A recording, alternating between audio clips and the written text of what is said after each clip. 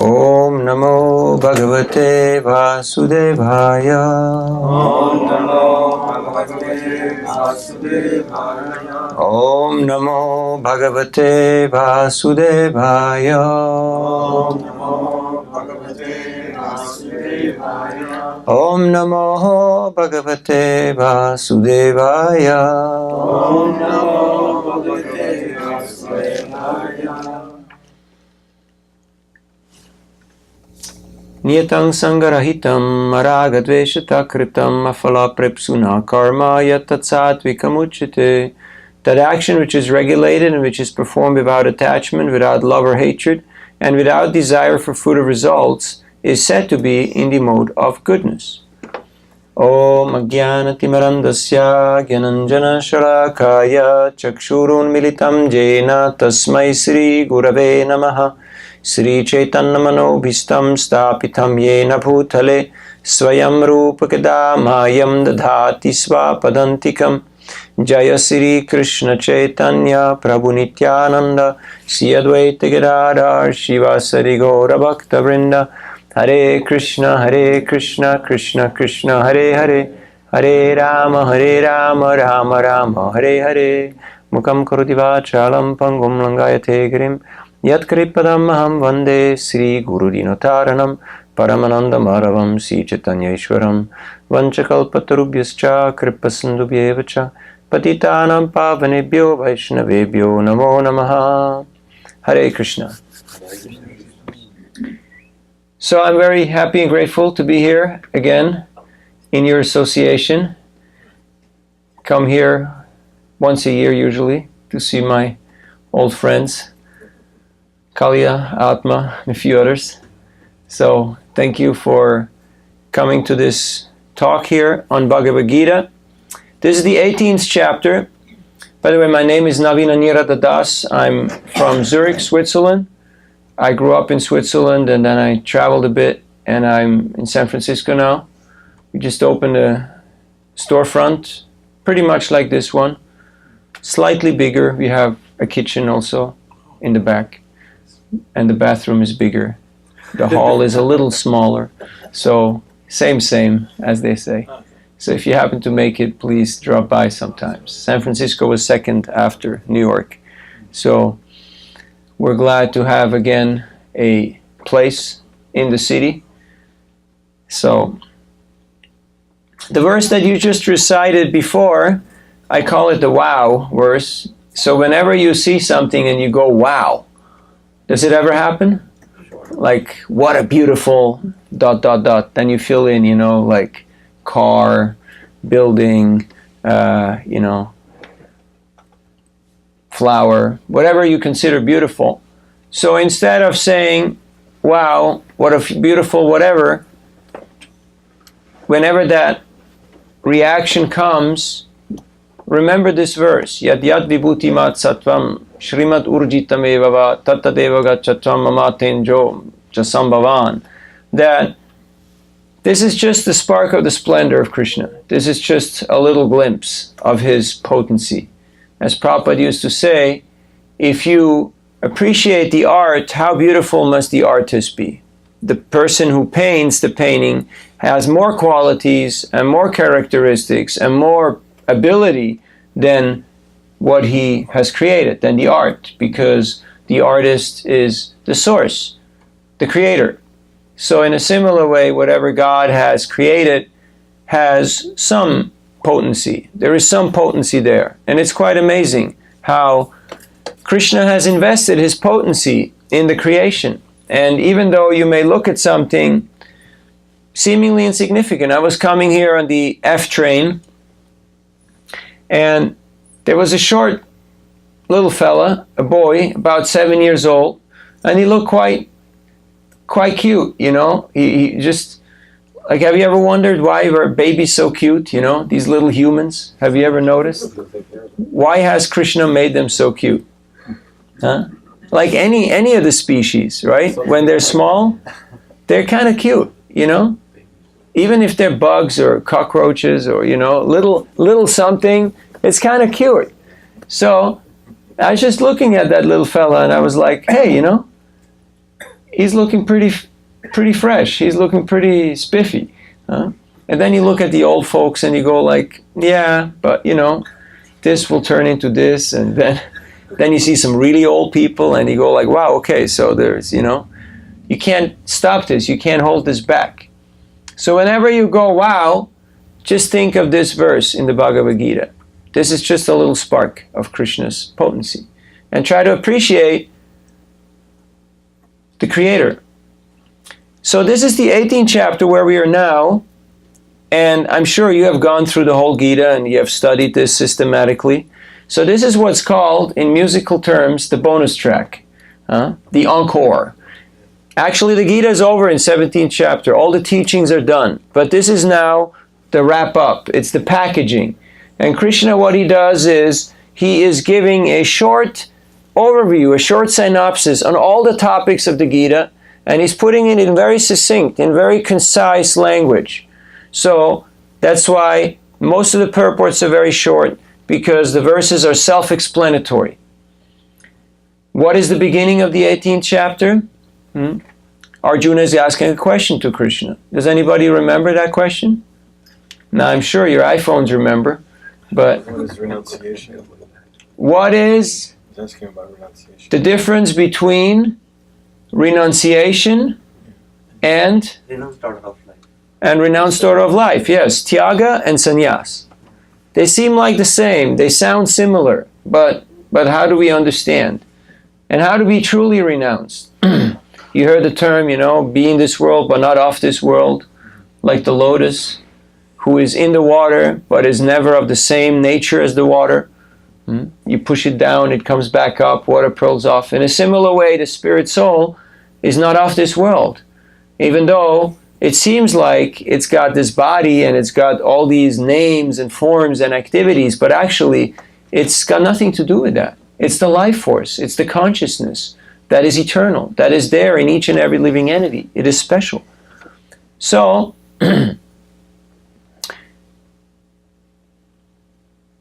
Krishna explained the 5 different factors of action. What are the 5 different factors of action? The performer. The performer, yes. Soul.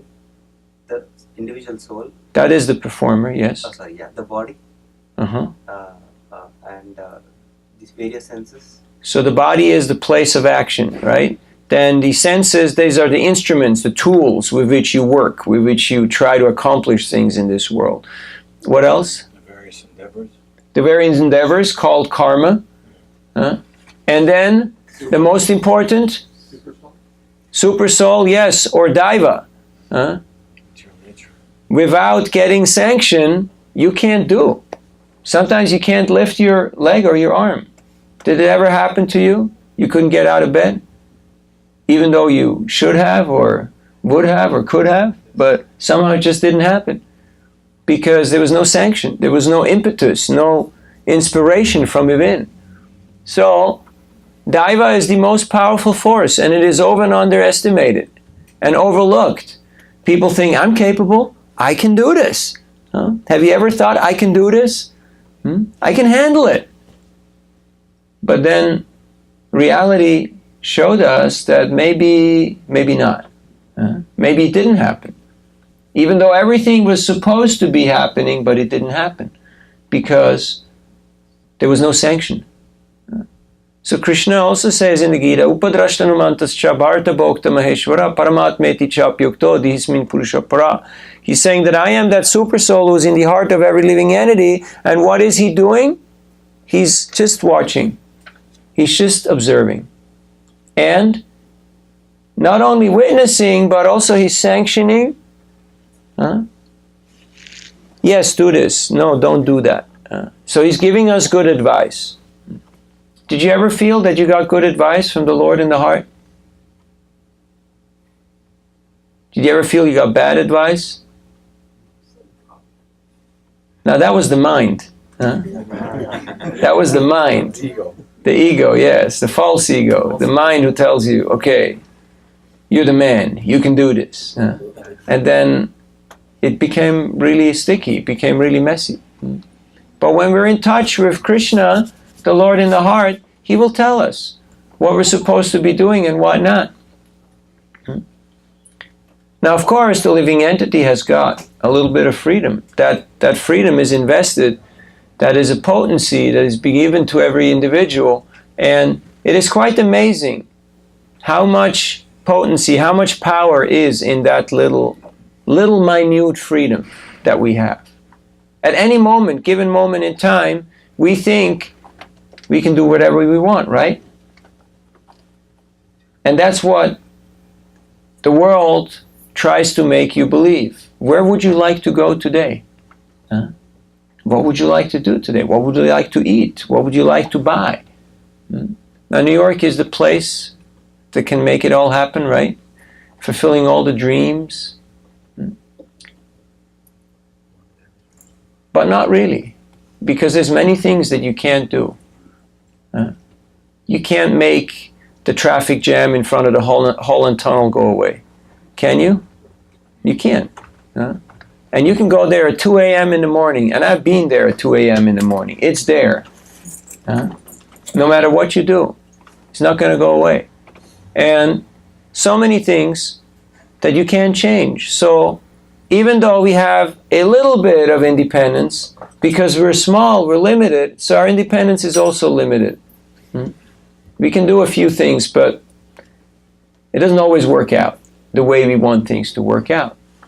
So Krishna is explaining these 5 factors, and he's doing it in a very interesting way. He's taking all these different components and he is explaining them according to the 3 modes of material nature: goodness, passion, and ignorance. Now, why is he doing that? Anyone has got a wild guesstimate of why is Krishna using this didactic? Now, you're sitting here in class because you're learning to teach. So you have to put your thinking hat on and think like, why is the author doing this? Why is Krishna using this tactic in order to teach Arjuna? Why is he bringing in, all of a sudden, he's bringing in these 3 modes of material nature while he's trying to explain the 5 factors of action? Any idea? It's a teaching tool that shows contrast. Teaching tools, it shows contrast, okay? Modalities. The modalities. Because everything that we do in this world is influenced by the 3 modes of material nature. Everything that is happening, that is taking place, is either influenced by goodness, passion, or ignorance. Unless a person is completely pure and situated in spiritual goodness, the transcendental state, his or her activities will be influenced by these 3 modes. So, it's good to talk the language of the person that you're talking to. It's good to know the mindset of your audience.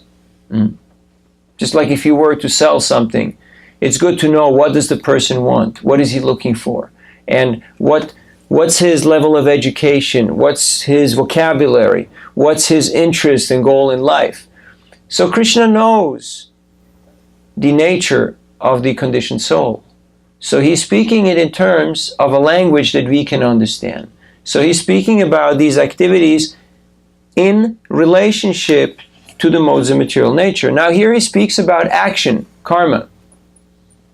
Karma in the mode of goodness means acting in a regulated way. Regulated means that you're pretty much doing similar activities any given day of the week. You're very regulated in your functions. Also in your work, in your recreation, in your spiritual practice. You're regulated. Regulated means you're stable. Mode of passion means great exertion, great activity, a lot of achievement, a lot of endeavor. And mode of ignorance means, oh, I'm too lazy. I know I should chant, but, mañana. Have you heard of mañana? Tomorrow. Tomorrow I'll give a donation. Tomorrow I'll come to the program. But today, nah. Zavtra, Just push it off. Just procrastinate. That's mode of ignorance. And thus, things never really get accomplished.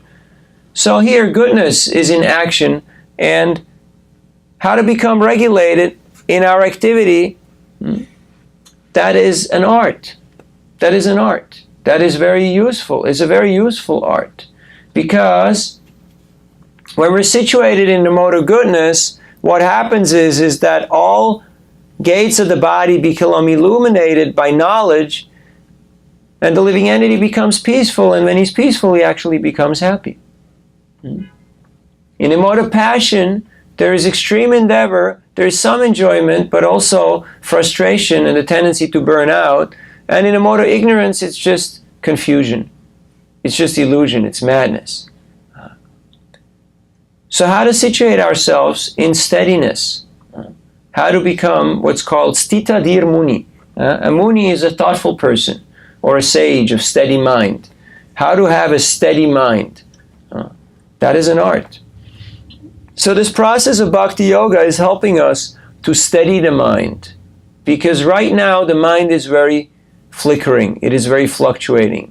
That's why Krishna asked Arjuna asked Krishna, he said, Chanchala himana Krishna. My mind is very flickering. It is very unsteady.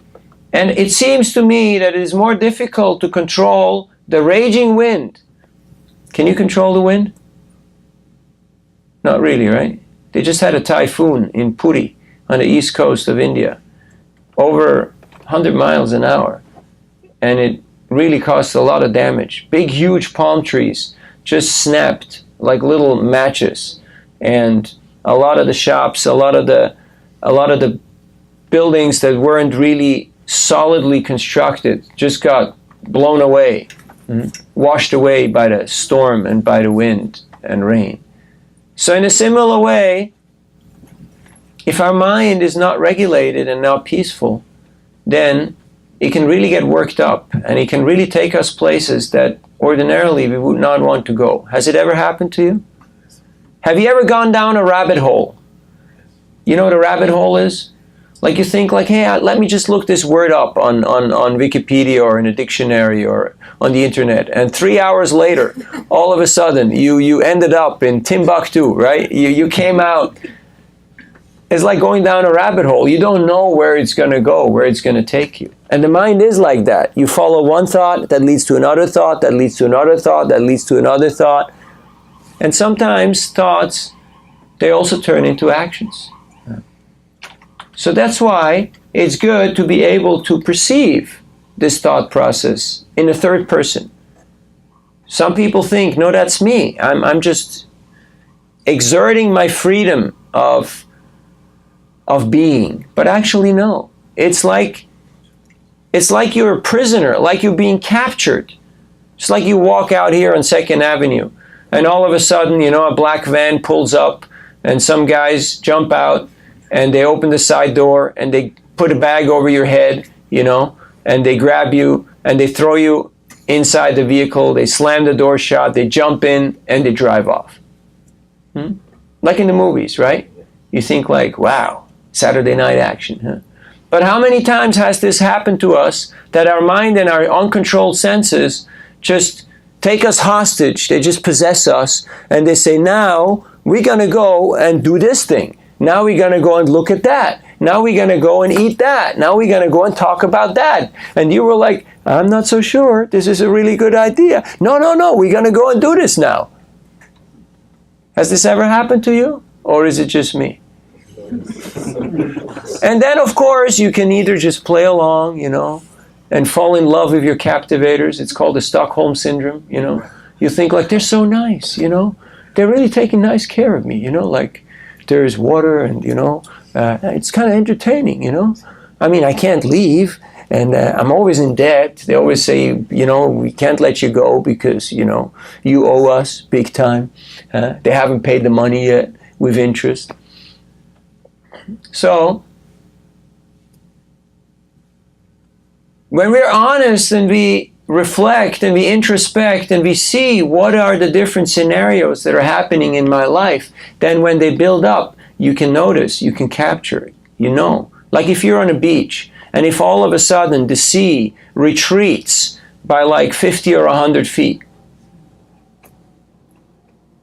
what are you going to do? If you're on the beach and all of a sudden the sea, the water, it retrieves for 50 or 100 feet, Follow it. Room to higher ground. you follow it? You just go there and think like, hey, let me see if I find some nice shells, maybe I find some cool stuff, right? Huh? Maybe catch a few crabs, huh? No, this is danger. This is dangerous. Tsunami is going to hit. This thing is going to come back, and when it pushes back, then it's game over, You can't outrun the wave. So, a person who is wise, a muni, a thoughtful person, he understands how material nature works. So, therefore we're reading Gita, and therefore we're seeing how does this relate to my life. And it's not just an intellectual affair, but it's something very practical, it's something very personal. So to become regulated is an art, but it is something that's quite possible. And regulation has to be there in our work, in our recreation, and in our spiritual activity. Because if you go all out, then what usually happens is that the next day or the next time, then it doesn't happen. Have you had the experience? Sometimes you've overdone something and then you couldn't do it for some time because you just got sick of it. It just got too much.